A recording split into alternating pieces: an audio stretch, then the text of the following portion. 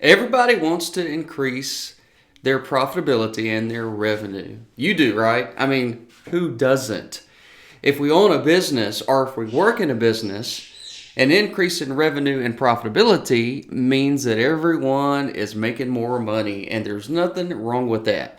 Well, what I want to do is I want to share with you some things that can help you boost your profitability and your revenue and do it in a manner that will help you understand what you already have and what you may not be maximizing, okay?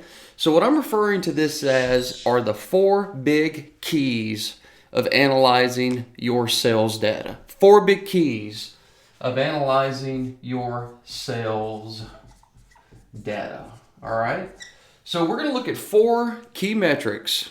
And I can guarantee you that if you dial in and ask, how are we performing in these four areas, you are going to realize that there are opportunities that you may not be aware of. You may not be connecting the dots. The same exact exercise I did this morning with our own company. And in our team meeting today at 2 o'clock, I'm going to share this information with our team as we set new goals for third quarter. So here's the first one, all right? The first one I'm going to call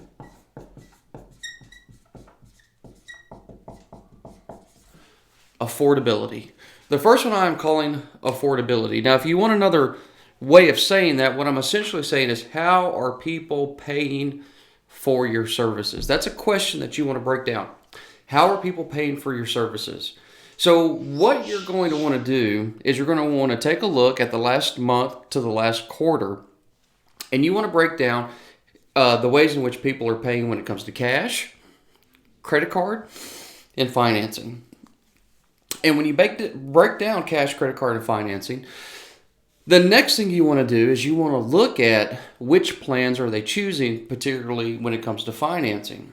If you are offering 2 to 4 plans, maybe more, you want to dial in and see which ones are being selected. Now, here's the thing. With any data, there is always a little bit of, or a lot, I should say, of human bias that goes into that. So what I mean by that is that some of the plans may be selected more often because it's what your salespeople are promoting. That's also important data to dig into, because what if they're selecting affordability plans that are great for your clients, but they may be costing you a lot of profitability points? So you really want to analyze that and ask, what does it mean and what does it make possible? How might we make some adjustments? So analyze your affordability. Let's go to number 2. Number 2, we're going to call product interest.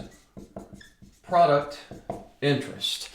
Now, this is an important thing to break down as well. And product interest essentially means, what are your clients buying?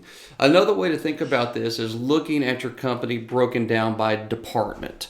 What are your clients buying, and why are they buying those products? It's really powerful to look over the last quarter and say, how are our replacements doing? How are our repairs doing? How are our add-ons doing? Which ones are popular? Which ones are not?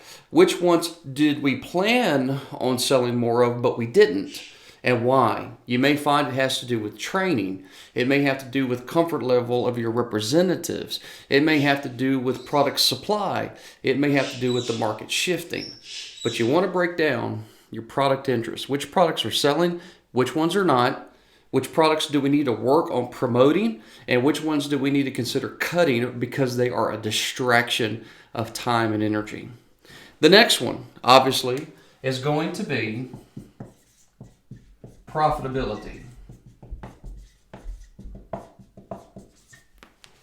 Which products are making you money? This is obviously where you're going to get the ability to look in, do job costing, and basically ask the question, is this product worth doing?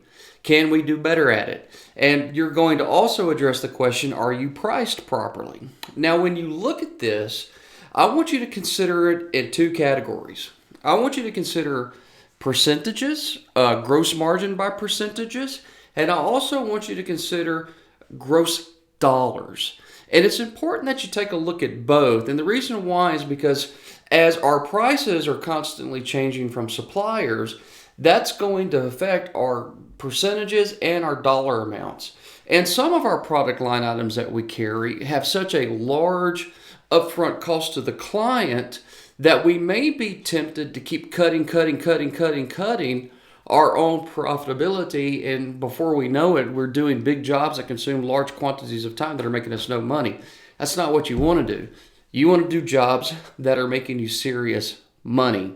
You want to look at percentages and you want to target for percentages, but you also want to look at dollars and understand how the two coordinate together. The last thing that we're going to talk about is productivity. All right. Now, when I'm doing productivity here, what I'm talking about is people productivity. You want to break down who on your team right now is having the best result. Who is actually producing the most by revenue and by profitability. And there's a big difference. Sometimes we are tempted only to look at revenue, and that is a mistake, because if you have a technician or a salesperson on your team that may be pushing a lot of revenue, but they're missing a lot of details, or they're discounting a lot without permission, they actually may be less profitable than some of your other people that are selling less by revenue, but they're getting the proper margins on the job. So what you're going to do when you get all this data as a sales manager is you're going to break it down by affordability, product interest, profitability, and people productivity. And when you map this out, you are going to get a crystal clear idea as to who and what is producing for you and your company and how you need to fine-tune those areas.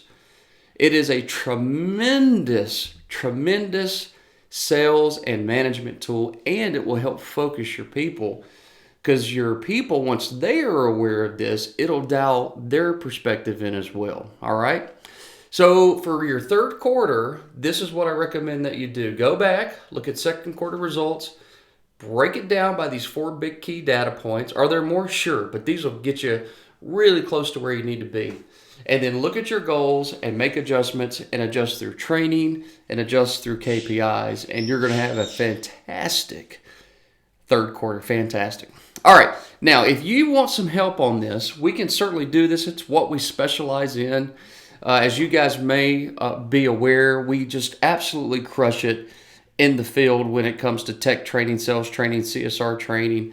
We also crush it when it comes to management, consulting, business planning. We are just tremendous at it. I have no shame in saying that I would put our coaches up against anyone, and I think that we would excel there. There's a lot of great coaches out there, but I think bar none, we have the absolute best.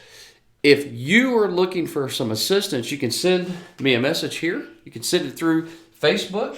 You can also email me, Todd, all right, at serveextra.com.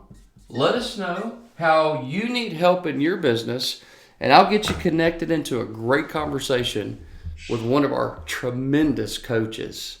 All right, that's it. Go turn learning into earning.